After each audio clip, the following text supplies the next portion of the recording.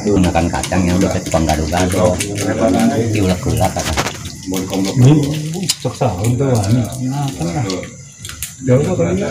Jempol aja gitu.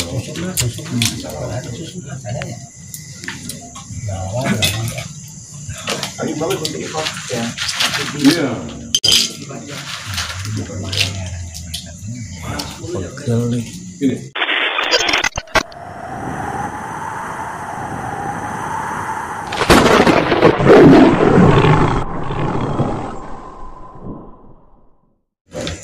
Iya lah, ya kan.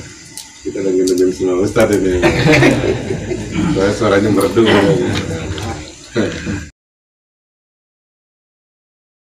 Bismillah, alhamdulillah. Alhamdulillah. Wassalatu wassalamu ala nabiyina Muhammad wa ala alihi washabihi wa man tabi'ahum bi ihsan ila yaumil yang kami hormati Ketua Mushola Zaitun Ar-Rahman. Ya Pak ya? Betul, betul Pak.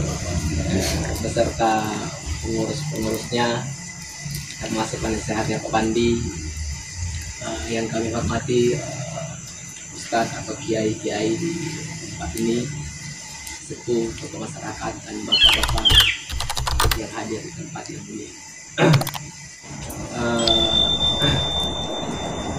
Tentu tempat atau bertentunya satu hal yang perlu menjadi motivasi dan dorongan kita bersama, bahwa tidaklah kita berkumpul di sini tapi karena Allah. Ya gitu kali Pak ya. Amin.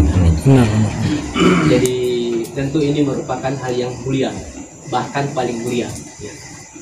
Dalam hadis disebutkan sab'atun yudhilluhumullahu yauma dzilla, sab'atun yudhilluhumullahu fi dzillihi yauma la dzilla illa dzilluh. 7 golongan kata Rasulullah SAW di bawah naungan Allah Subhanahu wa taala pada hari kiamat kelak, yang mana tidak ada lagi naungan kecuali naungan tersebut. Salah satunya disebutkan warajulani tahabba fillah, dan 2 lelaki atau bisa kita katakan 2 kelompok yang saling mencintai karena Allah. Istama'a alaih, mereka berkumpul karena Allah. Ya, jadi kalau kita di sini ya tidak mungkin kita berkumpul karena politik ini atau karena bisnis, sudah pasti kita berkumpul karena Allah. Bahkan karena rumah Allah Subhanahu wa taala yang paling mulia. Wa tafarraqa alaih, dan mereka juga berpisah karena Allah. Jadi tentu ini merupakan hal yang mulia. Apa yang kita lakukan pada malam ini di tempat yang mulia ini karena Allah Subhanahu wa taala, dan semoga di hari kiamat kelak yang mana semua manusia membutuhkan naungan, kita mendapatkan naungan tersebut. Naungan yang tidak ada naungan kecuali naungan Allah Subhanahu wa taala. Ini mungkin menjadi hal yang paling mendasar yang bisa mendorong, memotivasi kita semua pada kesempatan pada malam ini, berkaitan dengan masjid atau hal-hal yang berbau dengan agama kita. Saya tipenya orang selalu optimis Pak. Saya kalau masalah kegiatan-kegiatan agama itu selalu optimis, walaupun hal itu belum terjadi. Karena saya selalu ingat bahwa Allah Subhanahu wa taala mengatakan man jahada fina lanahdiyannahum subulan. Barang siapa yang bersungguh-sungguh menempuh jalan kami, maka kami akan bukakan pintu-pintu jalan. Amin. Jadi kalau kita pahami ayat ini, jadi intinya kita maka ketika kita sudah bersungguh-sungguh, maka Allah akan bukakan jalan. Jadi kalau misalnya kita belum dibukakan jalan, berarti kita belum bersungguh-sungguh. Jadi kan cuma 2, kita optimalkan untuk bersungguh-sungguh, maka pintu-pintu jalan keluar itu akan datang dari berbagai arah. Kalau kita ternyata sudah bersungguh-sungguh, ternyata belum ada juga jalan keluar, berarti kita kurang bersungguh-sungguh. Jadi, dan itu pengalaman saya. Banyak hal-hal yang bahkan yang kami nggak pikirkan. Jadi Kalau masjid kami itu dulu untuk bebaskan tanah pun ya, karena memang kami 2016 itu tanahnya masih pinjam. Ya kalau Pak Pandi tadi bilang katanya seperempatnya luasnya masjid kami, seperempatnya tanah ini. Nah, itu dulu sebelum 2012. Musola. Ya, musola. Terus ketika 2012 pindah ke rumah yang dia bilang kita dipinjam. Jadi pada saat 2012 itu masjid kami namanya Al Hidayah, pengurus masjid itu sudah nggak punya tanah. Kami tinggal punya nama doang, Musola Al Hidayah. Tapi gedung yang kami pakai buat tempat ibadah itu sudah pinjam. Makanya selama 14 atau 15 tahun ya, pengurus atau masjid kami atau jamaah warga sekitar itu nggak punya. Tapi nama Al Hidayah masih punya, hanya pinjam rumah orang. Gitu.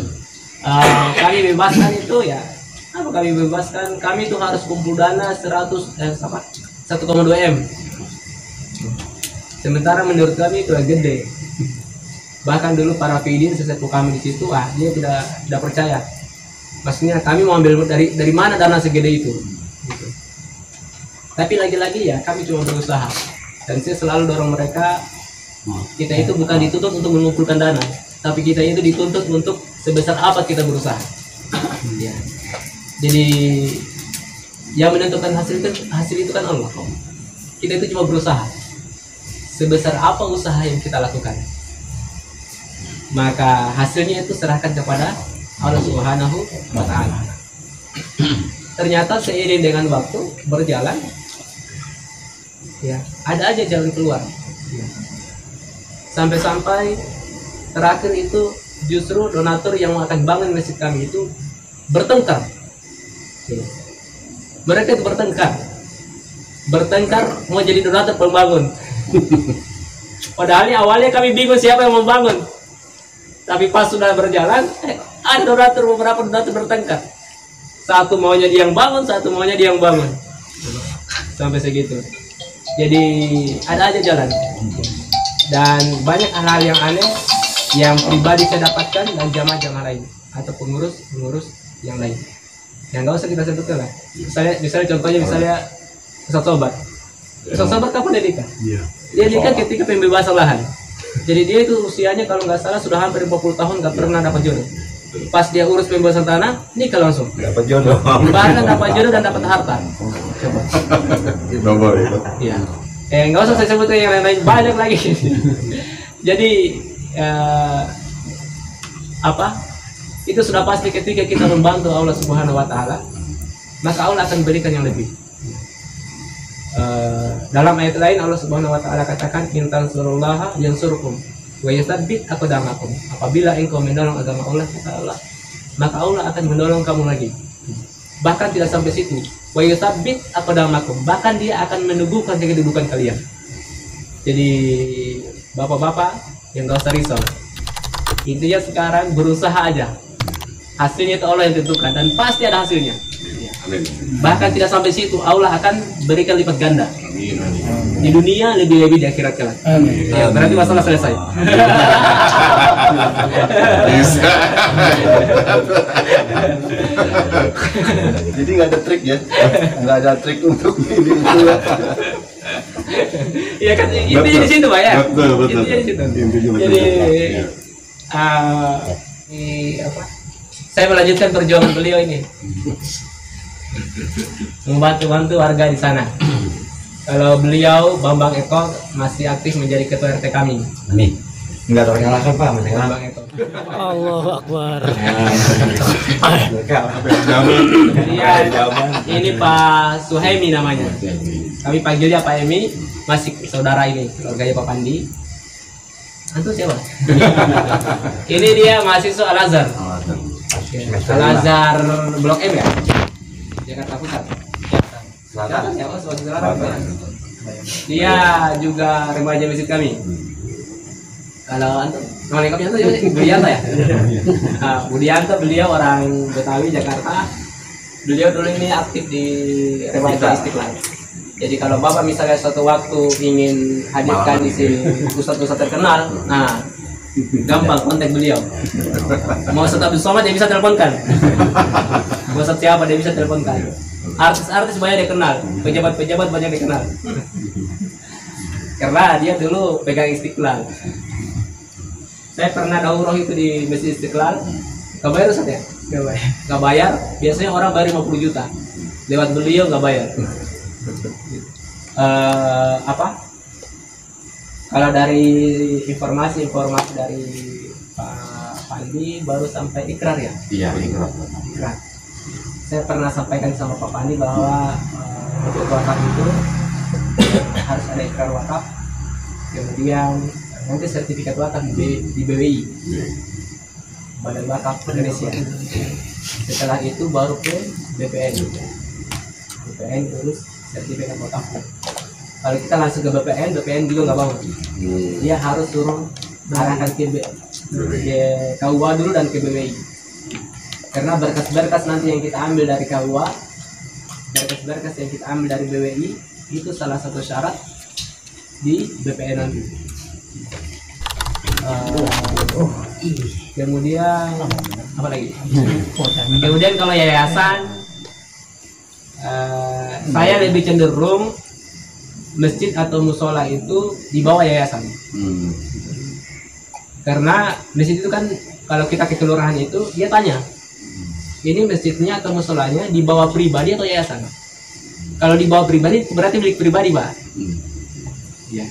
Atau di bawah yayasan. Dan kalau di bawah yayasan ya berbadan hukum.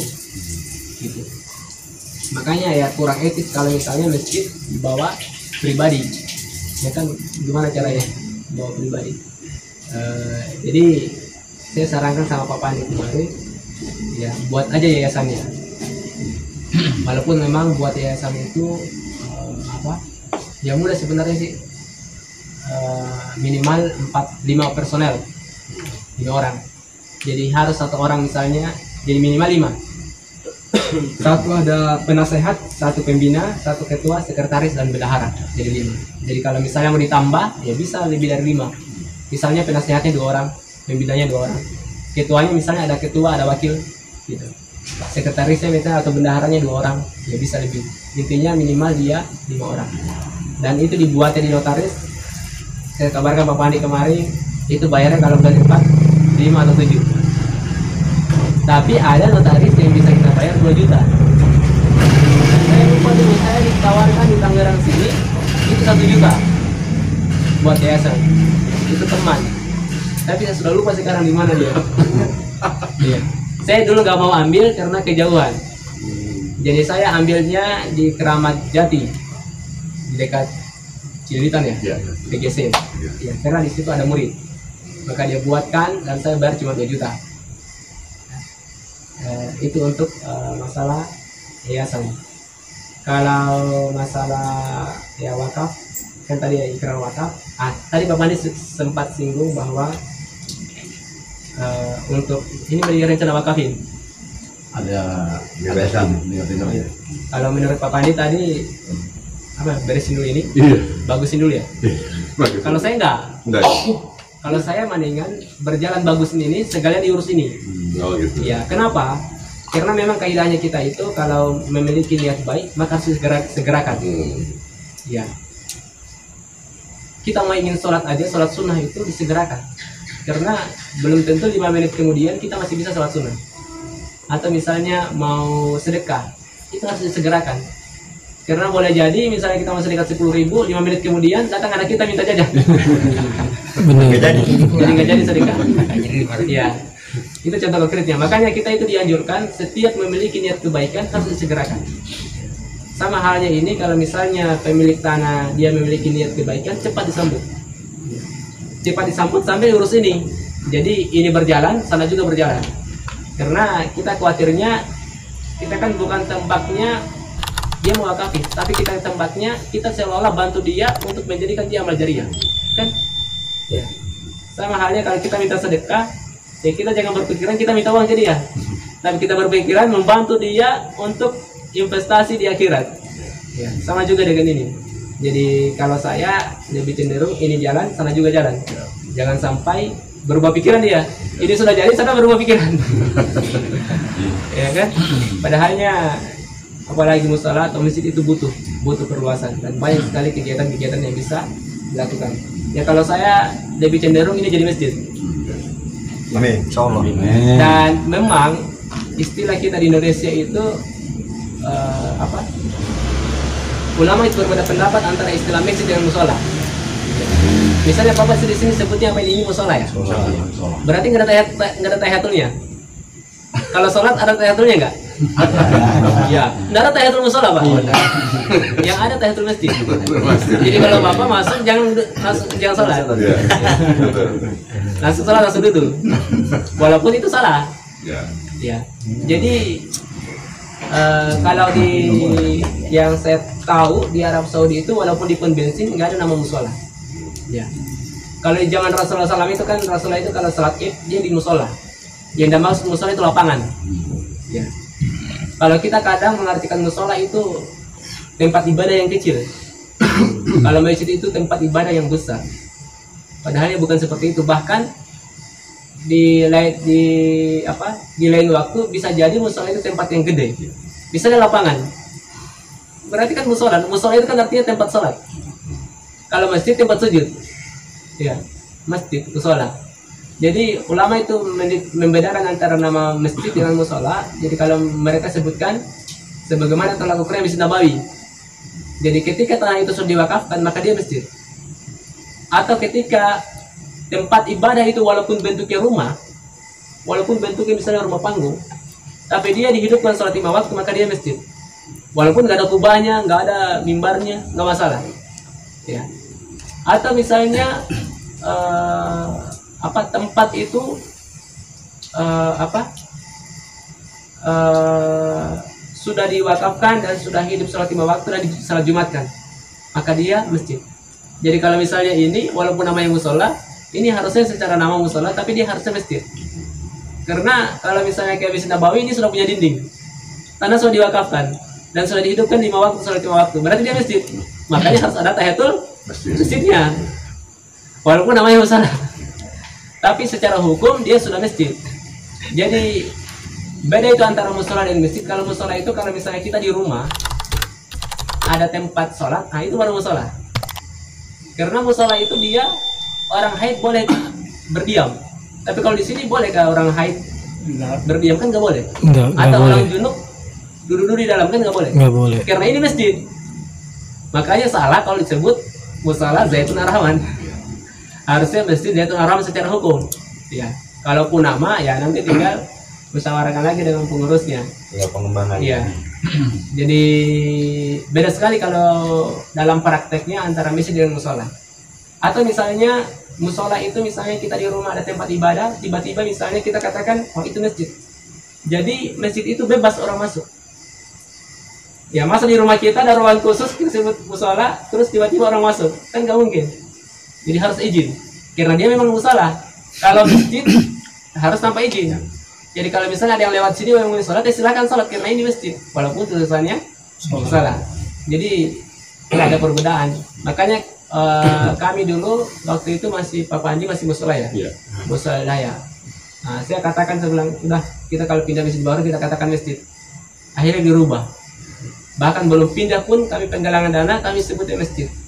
Karena memang di masyarakat donatur-donatur atau orang-orang di luar itu kalau sebut musola kayak kecil banget.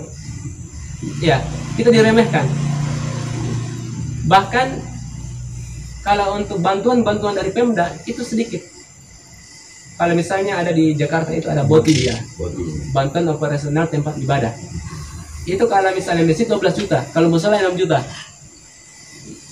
Jadi memang kualitasnya beda. Sama kalau misalnya Bapak gini, ada yang datang proposal, oh mohon maaf ada sumbangan dari musola. Pola pikir kita sudah kecil, jadi pasti kita nyumbang juga kecil. Tapi walaupun tempatnya kita kecil, terus kita proposal orang di luar sebutnya masjid, wah dia pola pikirnya sudah gede, gitu. Padahalnya masjid tempatnya cuma 4x4, gitu.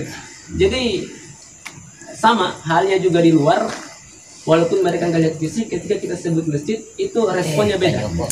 Begitu pula kalau kita sebut musola, responnya beda. Makanya kami waktu penggalangan dana, waktu masih di Musola Al-Hidayah, itu kami sudah sebut rubah. Saya izin kabarkan ke RT RW-nya, sesepuh di sana, saya bilang saya akan rubah menjadi nama masjid. Alhamdulillah setelah kami galang dana, kami bebasin tanah, kami bangun, berubah menjadi yang tadinya musola menjadi masjid. Kemudian 1 tahun berjalan kali ya, 2000 kami masuk kalau nggak salah 2018 kami sholatkan. 2019 akhir kami jadikan sholat Jumat. Makanya di RW kami itu dulunya ada 4 masjid, cuma 1 digunakan sebagai sholat Jumat. Sekarang jadi 2. Tambahan 1. Nah, ini juga sebenarnya kesalahan di antara kita teman-teman kaum muslimin, bahwa ketika ada masjid satu menamakan diri masjid, seolah-olah masjid yang besar itu merasa gimana gitu ya, seolah-olah jamaahnya akan berkurang atau ditakuti hal ini hal itu, padahal ya tidak. Padahalnya kita ini kan cuma menyediakan tempat ibadah, sarana ibadah yang mana biar kita itu lebih khusyuk untuk beribadah. Ya. Jangan sampai antara masjid satu dengan masjid yang lain saling serang-serangan gitu. Parah juga. Padahal harusnya saling topang menopang, saling bahu membahu. Jadi sebenarnya salah satu juga saya datang di sini biar saya bisa tahu masyarakatnya di sini, Pak. Saya nggak tahu masyarakatnya di sini apakah ekonominya bagus, sedang atau di bawah sedang atau di atas sedang. Karena itu berpengaruh di penggalangan dana. Di bawah sedang. Kemarin Bapak ini bilang, wah, Ustaz kami mandek penggalangan dana. Wah, saya mau ingin tahu ini, mau lihat di sana. Jadi masyarakat kok bisa kayak gitu. Saya kata kemarin mandek penggalangan dana apa masalah, Pak? Nggak jalan aja proposal kan. Proposal nggak jalan? Nggak jalan. Kupon sama nggak jalan, bikinnya doang kupon. Kalau ini yang makam kan satu makam 500.000. Ya. Berarti 13 makam. Ya. 14 tambah 1 ya. Iya, 14. Jadi 7 juta ya. Iya, kurang lebih. Tapi sudah ketutupi itu. Alhamdulillah sudah ketutupi semua. Iya. Tinggal yang kurang apa? Yang kurang bangunnya doang kan. Kita di sini artinya tadi kan kita menyebut konsep dari musola, kemudian bagaimana bangunan tanah yang kecil tinggi besar sampai di masjid. Ini kan tentu ada kiat-kiat, Pak. Apalagi kan tadi terkait dengan misalnya yayasan gitu. Nah, ini yang kita ingin coba ini, artinya dengan kondisi kita di sini tadi artinya udah berbagai cara, artinya kita sekarang tetap ada satu masukan, Pak. Yang ada sekarang sumber-sumbernya dari kotak yang kebulanan, Pak. Nah, kemudian hasil kita rapat semalam, Pak, itu ada rencana nanti seperti apa pemingguan ada gitu. Nah, tapi kan untuk misalnya untuk bangun yang kira-kira 500 juta ini kan perlu berapa tahun tak gitu. Nah, ini yang kita kira-kira ada kiat apa yang kira-kira jalan pintas yang kira-kira berdasarkan pengalaman Pak Ustadz gitu. Ini yang kita ingin coba. Jalan pintas biar itu ya. Kalau ini rencananya mau buat apa? Ustadz bilang tadi kan lebih bagus ke yayasan kan. Nah, ini kita di sini ingin coba apa? Mana ada pengalaman. Kenapa sih harus yayasan atau kenapa nak model seperti, karena di sini di kampung berarti yang biasa aja gitu. Rata-rata di sini kan kalau masjid ini belum yayasan, rata-rata biasa kampung punya. Saya Pak, dulu pernah saya menulis itu bahwa Pak silakan tanggung ini Pak di saya pernah nulis dulu bahwa mungkin salah satu kelemahan kita ini kenapa salah satu sebab saudara-saudara kita itu kaum muslimin banyak yang miskin karena kita nggak pede untuk menjadi orang kaya. Ya, kadang saya boro-boro bisa beli motor untuk cari makan sehari aja susah. Padahal kata-kata seperti itu sebenarnya nggak boleh keluar, karena itu mempengaruhi di pola pikir kita dan itu akan terrealisasi ketika kita berbuat, sehingga kita akan menjadi miskin terus. Jadi harusnya kita itu seorang muslim itu optimisnya harus tinggi.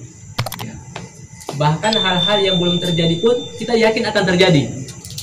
gitu.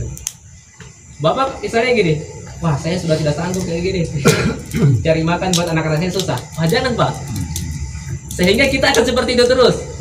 Jadi orang Muslim itu harusnya dia itu berpikir yang tinggi. Makanya kan kalau Rasulullah itu ajarkan kalau meminta surga jangan tanggung-tanggung katanya. Apa? Idza sa'alta, apabila engkau meminta maka mintalah surga yang paling tinggi, surga Firdaus. Makanya Pak, kalau meminta sesuatu jangan bilang ya Allah berikanlah kendaraan walaupun cuma sepeda doang. Salah ini. Ya Allah, kenapa langsung minta mobil? Atau misalnya lebih dari mobil, rumah kenapa nggak minta yang gede-gede rumahnya? Sehingga Allah berikan ya, karena kita doanya seperti itu ya Allah berikan seperti itu. Kemudian optimis kita juga yang lemah. Padahalnya Allah Subhanahu wa taala katakan dalam hadis qudsi itu, ana inda dzanni abdi bi. Saya itu tergantung prasangka hambaku kepadaku. Jadi kalau kita prasangka kita kepada Tuhan itu, ya saya cuma yang kecil-kecil aja bisanya. Jadi kita kecil-kecil terus bisanya. Kalau kita prasangkanya yang sedang-sedang, maka kita prasangkanya yang sedang-sedang. Nah, sama halnya. Kalau kita bisa kaya, kenapa harus miskin, Pak? Ya. Dengan kekayaan itu bisa banyak pintu-pintu kebaikan yang kita akan bisa lakukan. Ya. Makanya kami di masjid itu sebenarnya saya juga malas itu untuk minta sumbangan. Buat proposal, malas sebenarnya. Jadi saya maunya itu nyumbangin. Jadi kalau misalnya kebutuhan kita bisa tertutupi misalnya 4 juta per bulan, kenapa kita tidak berdoa kepada Allah Subhanahu wa taala biar pendapatan kita 100 juta per bulan, kita 5 juta kebutuhan kita, sisanya itu 95 juta buat tetangga-tetangga. Buat masjid-masjid, buat anak yatim. Ya. Jadi salah kalau kita berpikiran cuma untuk diri pribadi. Makanya ada kan bagian kami itu ada Pak Haji Rahmat. Itu Pak Haji Rahmat itu bagian kemasjidan di kami. Dia itu selalu takut-takut. Jadi, kami itu Pak di sana, kas kami itu bahkan ada jamaah itu dia bertanya, Ustadz ini memang antara pemasukan dengan pengeluaran masjid seimbang? Ya. Kenapa dia bertanya begitu? Karena dia ragu. Ya. Sudah pasti pengeluaran kami lebih banyak Pak. Kami itu di sana, imam kami ada imam tetap. Dan itu semua hafiz 30 juz. Imam tetap kami. Dan saya bayar mereka. Jadi ada imam tetap kami itu Ustadz Ripaldo namanya dari Batam. Dan itu saya seleksi semua mereka. Jadi mereka kami sediakan fasilitas dan kami gaji mereka. Ya. Saya dari Batam itu saya gajinya 2 juta per bulan. Kami siapkan tempat tinggal dan berikan makan gratis. Jadi kami siapkan makanannya dia. Dengan tempat tinggal dan gaji 2 juta per bulan. Kemudian ada Ustadz Ahmad ya. Dia 3 juta per bulan dan kami sediakan rumah dan berikan pulsa listrik dan beras. Gitu. Jadi kemudian ada lagi satu Mas Lukman. Mas Lukman dari Madura. Satu dari Batam, Pak. Satu dari Madura. Satu dari Lombok. 3 orang. Itu Mas Lukman, dia itu bantu ke sekretariatan masjid, ngetik, desain. Makanya kemarin desainkan kartu kuponnya Pak Pandi itu beliau. Mas Lukman. Itu kami berikan dia 1.500.000 per bulan. Jadi totalnya berapa itu? 6,5. 5 juta, 6,5. Dan kami listrik per bulan Pak 1.500.000 listrik. Karena kami itu ada AC-nya. AC kami itu di bawah 4, yang 1 PK, di atas itu 2 PK-nya 2 dan 1 PK-nya 1, jadi 7 AC. Belum lagi kipas. Dan lampu kami itu banyak Pak. Mungkin Bapak lihat sendiri ya. Saya jadi kalau gelap saya tambahin lampu terus. Karena menurut saya itu harus memanjakan jamaah walaupun mereka tahan-tahan. Gitu. Jadi saya selalu manjakan mereka, tapi mereka justru yang tahan-tahan, yang suruh rem-rem. Abi suka ngabisin uang kas tau. Justru mereka yang takut. Suruh habisin uang kas. Jadi saya itu nggak pernah ketakutan untuk menghabiskan uang kas Pak.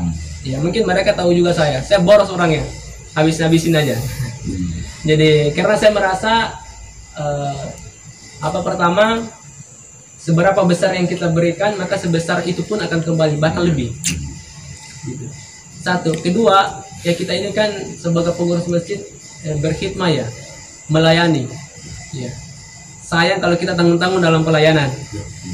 Jadi kalau mau dihitung antara pengeluaran dengan pemasukan kami nggak seimbang, Pak. Jadi kami itu lebih gede pengeluaran kalau mau dihitung. Tapi kalau orang lain bingung dari karena pemasukan, saya juga bingung. Gitu. Saya juga bingung. Jadi kami itu kalau hitung-hitung bisa 15 jutaan per bulan masuk. Gitu. Saya juga, kalau Bapak bingung, saya juga bingung. Bahkan bendahara kami juga bingung. Itu ada beberapa donatur yang kami nggak tahu dari mana. Datang sendiri. Kami nggak tahu dari mana. Bahkan kami sekarang juga punya rumah Quran. Kebebasan. Di masjid kami itu sudah punya rumah Quran yang kami mereka menghafal Quran belajar dan kami asramakan. Itu 15 santri sekarang. 15 santri kami tanggung makan semua.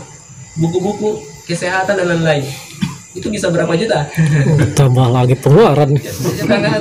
Ada aja berapa, Pak? Dan lain-lain, Pak. Jadi ya, saya itu selalu nggak tanggung-tanggung untuk mengeluarkan. Bahkan kami kalau bayar, jadi kami untuk kalau imam sudah tercover, sudah ada imam tetapnya. Jadi kalau dulu zamannya Papa dia, zaman di awal-awal kita saling dorong-dorongan. Iya, alhamdulillah sekarang Sama kita ya. Dulu-dulunya. Alhamdulillah sekarang kami udah nggak dorong-dorongan. Sudah ada jamaah tetap imam tetap, bahkan imam kami itu 2 orang. Dan itu bahkan mungkin saya nggak tahu apakah Paseban, sekelurahan Paseban sudah ada imam yang hafiz 30 juz atau belum. Ya kalau untuk di RW kami ya sudah pasti kami yang unggul. Bahkan ketua LMK-nya ketika salat subuh dia berkunjung, saya berharap semua masjid seperti ini. Jadi kami seleksi, Pak, jadi imamnya itu yang hafiz 30 juz dan bagus suaranya. Gitu. Ya alhamdulillah. Gitu. Dan apa lagi ya? Kemarin dia baru beli rumah tuh, kami baru pembebasan juga. 3 bulan 210 juta dah. Pembebasan 3 bulan. Jadi alhamdulillah kami waktu 10 terakhir Ramadan ya. 10 terakhir Ramadan sekitar 12 hari kami bisa kumpul 150 juta. 12 hari. Ya kami juga nggak tahu. Jadi, tapi sebenarnya saya itu sudah buat kupon dan proposal tapi nggak jalan. Ya kami nggak sempat jalankan. Tapi alhamdulillah kami belum edarkan proposal dan kupon. Alhamdulillah dananya sudah terkumpul semua. Ya. Jadi selama hitungannya 1 bulan setengah, kalau ditotalin mungkin bersihnya 1 bulan setengah atau 2 bulan, kami sudah bisa kumpulkan 210 juta. Tanggal 17 bahkan lebih. Jadi tanggal 17 kemarin selesai. Ratusan juta. 2 bulan. Ya. Adapun kalau untuk pembangunan, Pak, membebaskan tanah dengan pembangunan lebih mudah pembangunan. Gitu. Karena kalau membebaskan tanah itu bentuknya nggak kelihatan, tapi bangunan itu kelihatan, gampang sekali, apalagi Bang Budi kayaknya pengalaman. Itu gampang sekali Bang dalam membangun. Ya. Ada beberapa yayasan juga. Kalau di teman-teman saya itu ada namanya Mimbar Tauhid di Sukabumi. Itu dia bantu-bantu dalam pembangunan. Dan banyak lagi yayasan-yayasan yang bantu-bantu pembangunan. Ya. Dan kalau saya lihat ada ponakan dia itu dia bangun markas Quran, itu gampang sekali Pak. Jadi yang paling penting tentukan dulu gambarnya dan RAB-nya. Iya. Ada gambarnya sudah jelas, kemudian RAB-nya. Baru dibuat tahap 1, tahap 2, tahap 3 atau berapa tahap. Gitu. Jadi misalnya butuh dana misalnya 600 juta, dibuat misalnya 3 tahap berarti 200 juta. Kemudian yang dibutuhkan misalnya semen sekian kubik, hebel sekian kubik, kemudian besi sekian batang. Nah, tergantung dari donatur mau nyumbang apa. Nah, itu lebih mudah, lebih cepat. Apalagi zaman sekarang orang yang menyumbang itu donatur kami itu kebanyakan dari luar. Ya, kalau donatur kami di situ ya kurang Pak, jadi kami kebanyakan dari luar.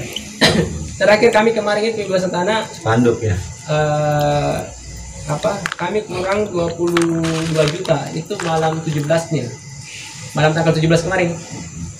Langsung malamnya itu saya ditanya, Ustadz kurang berapa dananya? Saya bilang kurang 22,5 juta. Subuh sudah ditransfer 23. Jadi kalau saya bilang kurang 50 juta mungkin transfer 50 juta. Nggak boleh. Nah. Itu pun yang transfer dari Lombok. Coba jauh sekali Pak. Kita di Jakarta transfer dari Lombok. Jadi kami itu dari Lombok, ada dari Malaysia, ada dari Singapura, dari lain-lain. Ya, apalagi zamannya sekarang canggih Pak, pakai medsos. Makanya mainnya di medsos sekarang Pak. Karena banyak orang kaya di luar itu dia tidak tahu mau kemana kan uangnya. Dia nggak mau tahu. Nah, ya gitu sih Pak. Jadi membebaskan tanah dengan membangun lebih mudah membangun. Tinggal dibuat aja tahap-tahapnya. Itu cepat Pak.